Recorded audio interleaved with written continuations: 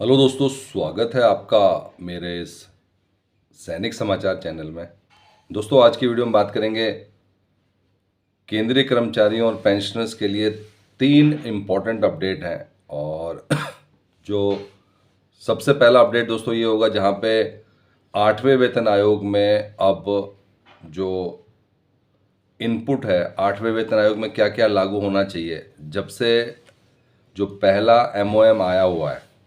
और दोस्तों, आप जानते हैं कि सिर्फ और सिर्फ एक ही कमेटी नहीं है जो कि केंद्रीय कर्मचारियों के लिए काम कर रही है।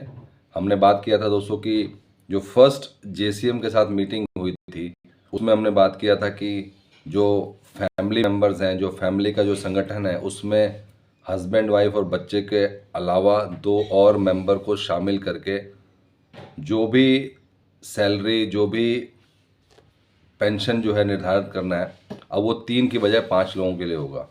और दोस्तों, उसमें फिर जो पहली मीटिंग थी उसमें आपका FMA के ऊपर डिस्कशन हुआ था कि 3000 होना चाहिए। साथ ही साथ DA मर्ज को लेकर हुआ था। लेकिन दोस्तों, सिर्फ और सिर्फ अभी 8वें वेतन आयोग को लागू करने के लिए सिर्फ एक ही कमेटी नहीं है। अब ऐसे बहुत सारे रिप्रेजेंटेशन है जो कि सीधे सीधे पेंशन मंत्रालय को भेजे जा रहे हैं कि 8वें वेतन आयोग में क्या क्या जो है इंक्लूड होना चाहिए। One of the members of commission may be serving member of railway board to project the special condition prevailing then।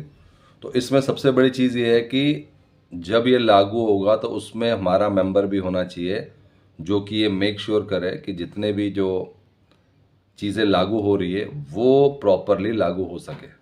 और इसमें दोस्तों एक मीटिंग हो चुकी है JCM की। अब ये हम बात कर रहे हैं एक और जो है रेलवे की तरफ से एक और कमेटी ने जो है एक लेटर लिखा है। और इसमें जो है कम से कम 8 से 10 क्लियर कट पॉइंट लिखे हैं, जिसमें कि कुछ पॉइंट्स ऐसे हैं जो ऑलरेडी जो है डिस्कस हो चुके हैं।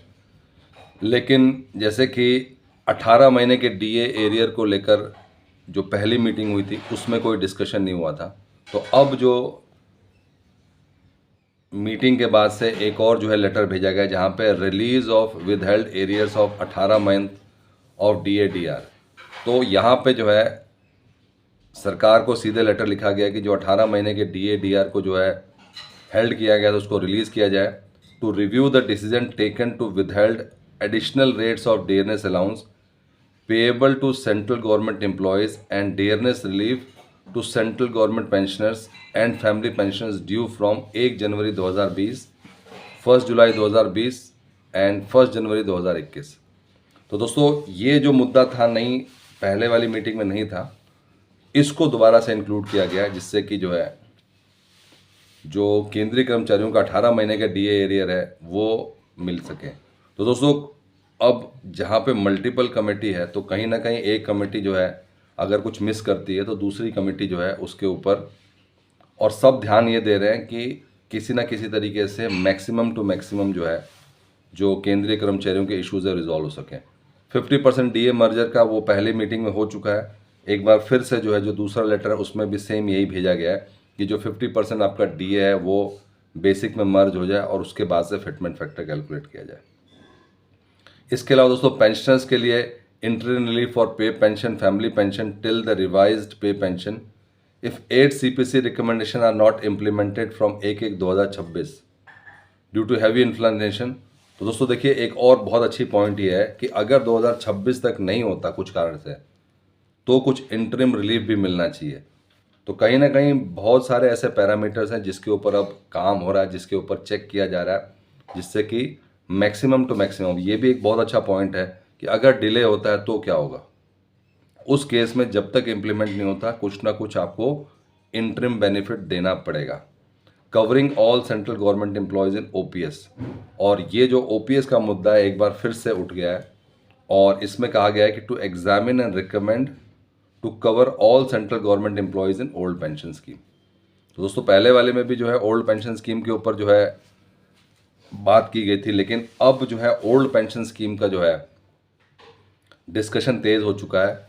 और ये दूसरा लेटर है दोस्तों जो कि एक बार फिर से OPS को लागू करने का, OPS को जो है केंद्रीय कर्मचारियों को जो है प्रोवाइड करने का जो है इसमें मांग रखी गई है।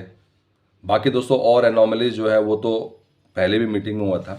तो दोस्तों कहने का मतलब ये है कि अगर किसी मीटिंग में कोई चीज़ मिस हो रही है तो ये मेक श्योर किया जा रहा है, क्योंकि नंबर ऑफ केंद्रीय कर्मचारी संगठन है जो कि मेक श्योर करेंगे कि कोई भी पॉइंट जो है मिस ना हो और जो इसका बेनिफिट है वो केंद्रीय कर्मचारियों को बराबर मिल सके। दोस्तों इक्वल एमएसपी के केस पे आप जानते हैं कि फाइनली माननीय सुप्रीम कोर्ट का ऑर्डर आ चुका है, और कहीं ना कहीं जैसा कि हाई कोर्ट में कहा गया था कि इक्वल एमएसपी पर जो है सरकार की तरफ से इसके ऊपर फैसला आएगा, सरकार इसके ऊपर फाइनल डिसीजन लेगी। तो कहीं ना कहीं दोस्तों सेम अभी माननीय सुप्रीम कोर्ट ने भी बोला है कि एक नई फ्रेश रिप्रेजेंटेशन तैयार करके सरकार को दिया जाए, कोई एनामली कमेटी है वहाँ पे जाके प्रेजेंट किया जाए, और तब जाके इसको फ्रेश जो है इसको जो है केस को सुनवाई होगी।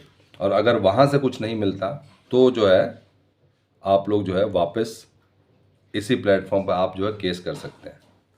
तो दोस्तों ये थे आज के 2 इम्पॉर्टेंट अपडेट इक्वल एमएसपी को लेकर, और 8वें वेतन आयोग के लिए जो एक नया लेटर जारी हुआ है, पहली मीटिंग के बाद से जो नया लेटर जारी हुआ है उसको लेकर। दोस्तों अगर वीडियो पसंद आए तो इसको लाइक कीजिए, शेयर कीजिए और सब्सक्राइब करना ना भूलें। Thank you for watching this video.